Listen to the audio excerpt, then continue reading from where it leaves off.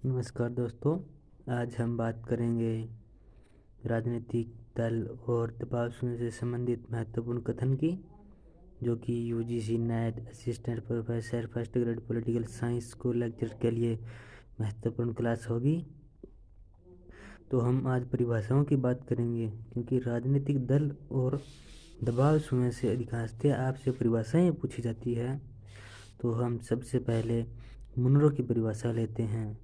लोकतंत्रात्मक शासन दलीय शासन का ही दूसरा नाम है, मुनरो ने कहा था। उसके बाद हुब्बर की परिभाषा है, जो कि इम्पोर्टेंट तो है, लेकिन आपको मैं इम्पोर्टेंट है वो बताने चलूँगा। मुनरो की भाषा इम्पोर्टेंट रहेगी। उसके बाद हुब्बर की परिभाषा ज़्यादा इम्पोर्टेंट नहीं है। उसके बाद हरमन फाइनर की परिभाषा ये इम्पोर्टेंट है। दलों के बिना मतदाता ऐसी असंभव नीतियों का अनुसरण करने लगेंगे जो उन्हें शक्तिहीन बना देगी या विनाशकारी, और जिससे राजनीतिक यंत्र ध्वस्त हो जाएगा। ये हरमन फाइनर की परिभाषा है।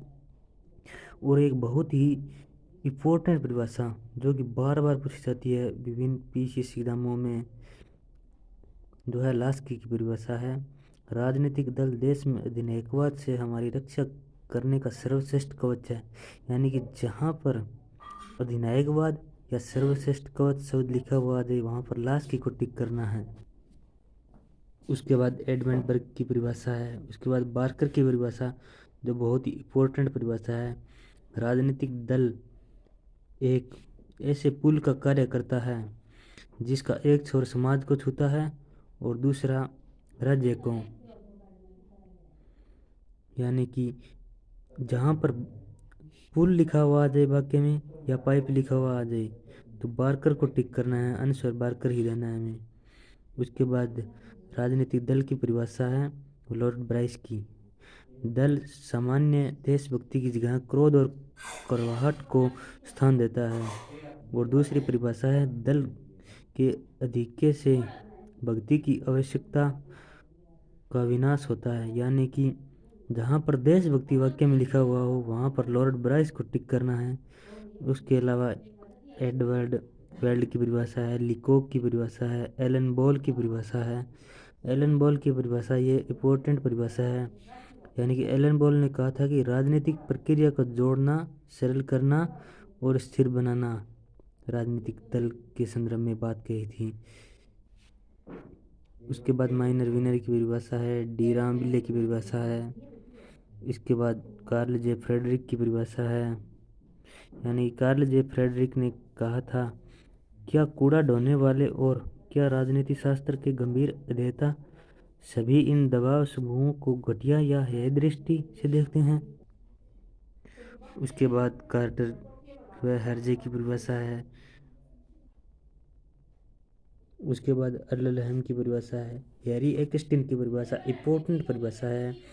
हैरी एक्स्टिन ने कहा था, दबाव समूह राजनीतिक और गैर राजनीतिक में मध्य स्तरीय कृत्य बतलाता है। यानी कि जहाँ पर राजनीतिक और गैर राजनीतिक लिखा हुआ आ जाए, वहाँ हैरी एक्स्टिन को लगाना है हमें। और अगली परिभाषा हरमन फाइनर की है, जहाँ दबाव समूह शक्तिशाली होंगे वहाँ राजनीतिक दल कमजोर, या जहाँ राजनीतिक दल शक्तिशाली होंगे वहाँ दबाव समूह दबा दिए जाएंगे। यानी कि हरमन फाइनर की परिभाषा इम्पोर्टेंट परिभाषा है। इसके अलावा बेनी की परिभाषा भी इम्पोर्टेंट है। जेएस मिल की परिभाषा बहुत इम्पोर्टेंट है, परीक्षा के दृष्टिकोण से पूछी गई परिभाषा है। लोकतंत्र का यह सारभूत सिद्धांत है कि अल्पसंख्यकों का उचित प्रतिनिधित्व हो, इसके अभाव में लोकतंत्र खोखला हो जाएगा। यानी कि जहाँ लोकतंत्र खोखला की बात हो, वहाँ जेएस मिल राइट करना है। उसके अलावा जीडीएच कॉल की परिभाषा भी इम्पोर्टेंट है। यानी कि जो मैं अंडरलाइन कर रहा हूँ वो परिभाषाएं इम्पोर्टेंट है और परीक्षा में पूछी गई परिभाषाएं हैं। अगली परिभाषा जेएस मिल की है। सूची प्रणाली राज्य के अंदर स्थित विभिन्न दलों व दबाव समूहों के बीच सीटें वितरित करने का सर्वश्रेष्ठ तरीका है। यानी कि जहाँ पर सूची प्रणाली वाक्य में लिखा हुआ वहाँ पर आंसर जेएस मिल ही देना है। इसके अलावा एसमिन की परिभाषा है, मैकाले की परिभाषा है, लेवी की परिभाषा भी है। और लास्ट की परिभाषा ये इम्पोर्टेंट है कि वैश्विक मताधिकार का कोई विकल्प नहीं है। ये परिभाषा इम्पोर्टेंट है, परीक्षा के दृष्टिकोण से पूछी गई परिभाषा है। इसके अलावा मिल की भी परिभाषा है। इसके आखिरी परिभाषा है रैमजी मेयर की, हमारी चुनाव प्रणाली भारी मात्रा में अन्यायपूर्ण, असंतोषजनक तथा आपत्तिजनक है। यानी कि जिस वाक्य में अन्यायपूर्ण, असंतोषजनक और आपत्तिजनक वाक्य लिखा हुआ हो वहाँ पर आंसर में रैमजी मेयर ही देना है। धन्यवाद दोस्तों, ये थी आज की इम्पोर्टेंट परिभाषाएं राजनीतिक दल और दबाव समूह से संबंधित।